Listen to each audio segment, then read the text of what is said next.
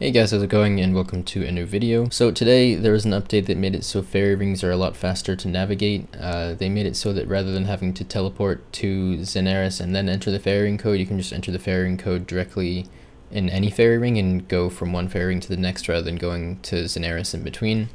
And in addition to that, they also added a right-click option to the fairy rings, which is go to the last location you teleported to, which makes it even faster. So using fairy rings is now quite a bit faster than it used to be. And if you guys remember, a while ago I made a video where I was testing fairy ring crafting after the quest cape teleport came out, and I think I worked out that cosmics were slightly faster even then, so now they're even a lot faster. Actually, it wouldn't really make a difference for this because you're going to Zenaris anyways, but it makes a pretty big difference for nature rune crafting, because with nets you can teleport to the Karamja Island, and it's pretty close to the altar. And I was doing some testing today, and it was pretty hard to work out whether it actually is better or worse than Abyss, because it's very, very close. I did about an hour of it this morning, and I got basically the same rate that I would get at Abyss.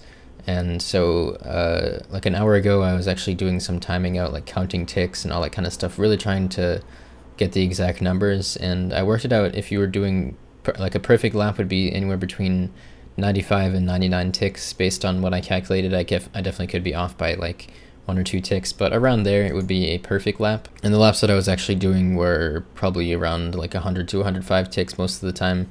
And just for reference, 100 ticks is 1 minute, so a perfect lap would be like just shy of 1 minute, maybe like a couple seconds shy of a minute. And an average lap, when I was just doing some fairly casual RC this morning, having not done it in a while and making lots of mistakes, was a few seconds slower than that. So at that rate, the perfect XP per hour that you get here is 29.2k, and that's basically the same as the perfect XP rate you can get at Abyss. That's the rate that a person named Ned Flanders is able to get, and pretty much nobody else. But yeah, he's really fast at banking and has done quite a bit of natures through the Abyss.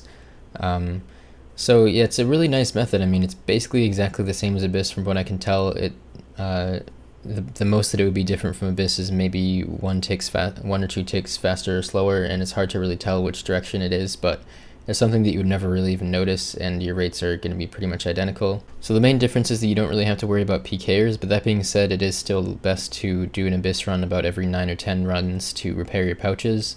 It takes less time overall to do it that way than to NPC contact repair your pouches, so you still want to be doing 1 Abyss run every 10, but then the likelihood that you'll run into a PKer when you're only doing 10% of your nets through the Abyss is quite a bit lower than if you're doing 100%.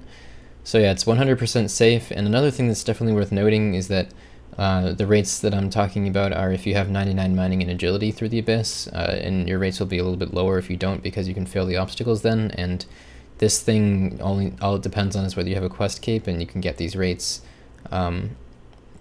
So if you have lower mining and agility, this will definitely be better, and if you have 99, it's basically the same. So you'll see in this video I'm banking at Castle Wars, and Castle Wars is a tiny bit faster to bank at than Edgeville. Edgeville is, I believe it's 4 ticks to run to the bank if you're banking with the NPC and not with the booth, otherwise it's 5 ticks.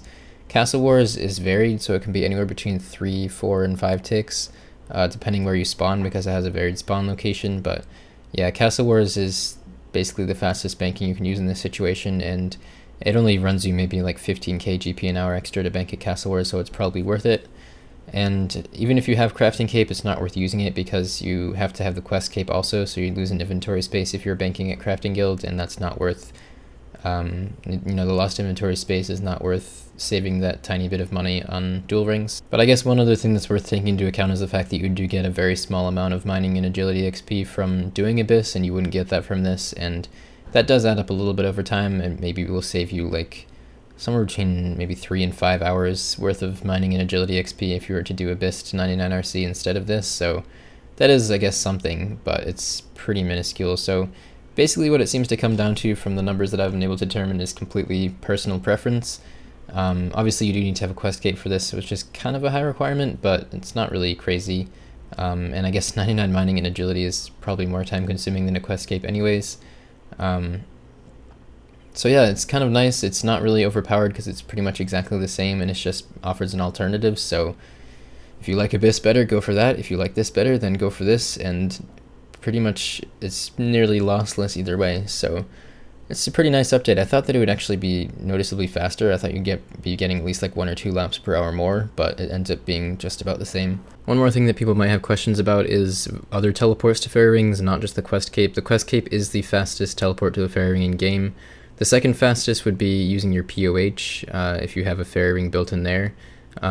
This is only maybe 1 to 2 seconds slower than the quest point cape, but it also has the disadvantage of making it so you have to waste an inventory space, which isn't really too great. It does add up over time quite a bit, because you do need to have either runes or a teleport tab to go to your house, so not really recommended, but I guess it's probably still the second best option. The third best would be Salve Graveyard Teleport on the Arceus spellbook, which does have a very low requirement, but it's noticeably slower than Quest Cape. It's probably an extra like 3 to 4 seconds per lap, which is a fair amount when you're doing runecrafting laps, and it would definitely be faster to just do Abyss in that case. Abyss versus POH would be pretty close, but I think that Abyss would definitely still be faster, because not only would it be slightly faster laps, it also would be more inventory space. So yeah, I just wanted to make a quick video showing this and sharing my results from a bit of testing that I did today. I had a lot of people in my chat on my stream asking, you know, which is faster, and this is the verdict I've come to. They are basically exactly the same. But yeah, I hope you guys enjoyed the video. Thank you for watching, and I will see you guys all later.